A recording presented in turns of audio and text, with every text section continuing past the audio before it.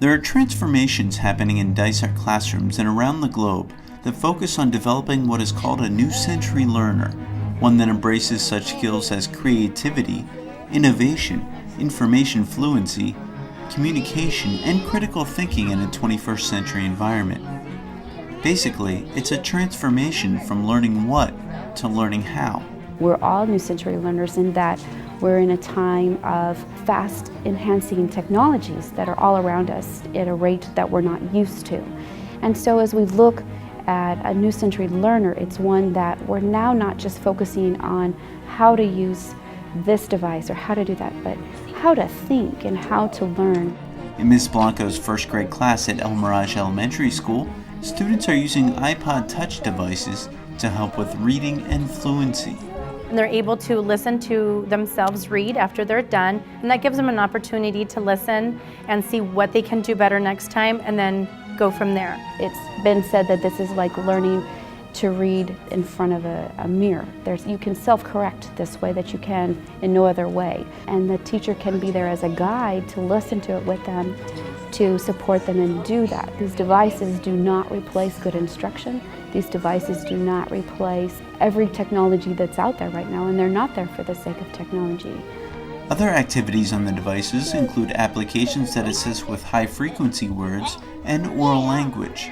It's not about learning to use the device, though, but taking that device and using it to learn a new set of skills. Being able to integrate this at a younger age in the classrooms will truly open the doors for the students when they're older.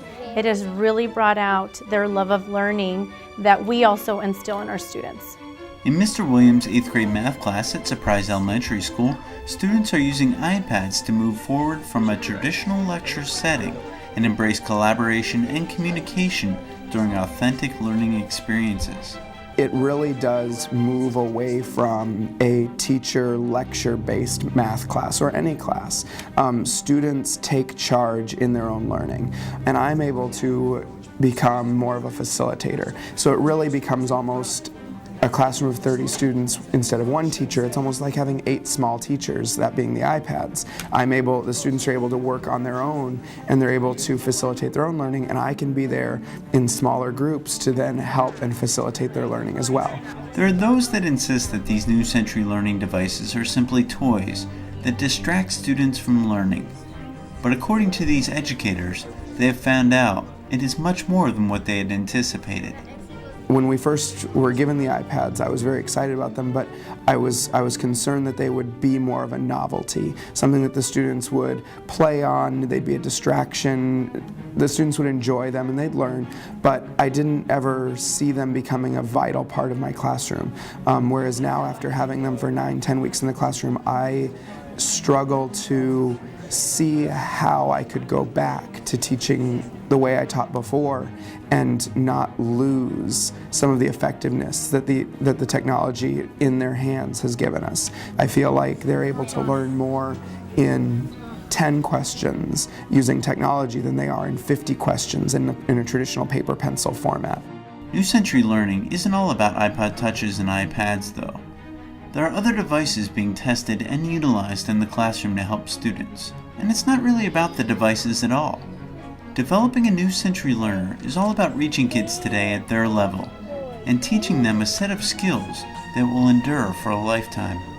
They are growing up in a world where everything happens very quickly, and because of that, whether it's a quick Google search or it's being able to communicate across the world in an instant, students that we're working with now have never had to wait.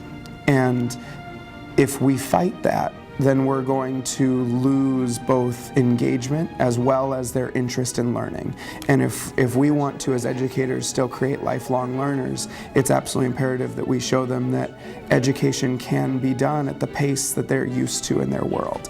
Teenagers are cognitively thinking differently now than they did in the past. And so we need to be embracing that, challenging them at that cognitive higher level. We know that this is what's best for kids, not just learning how to use a device, but having that means of using those devices and combining that with excellent instruction and that content knowledge that the teacher can provide, and the two together with the allowed opportunities for the students will give them what they need to be successful in an unknown world with unknown jobs and unknown problems with unknown technologies, because they will have that developed skill set to do that.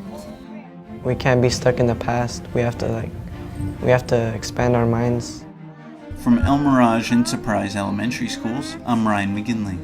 The shirts do not fit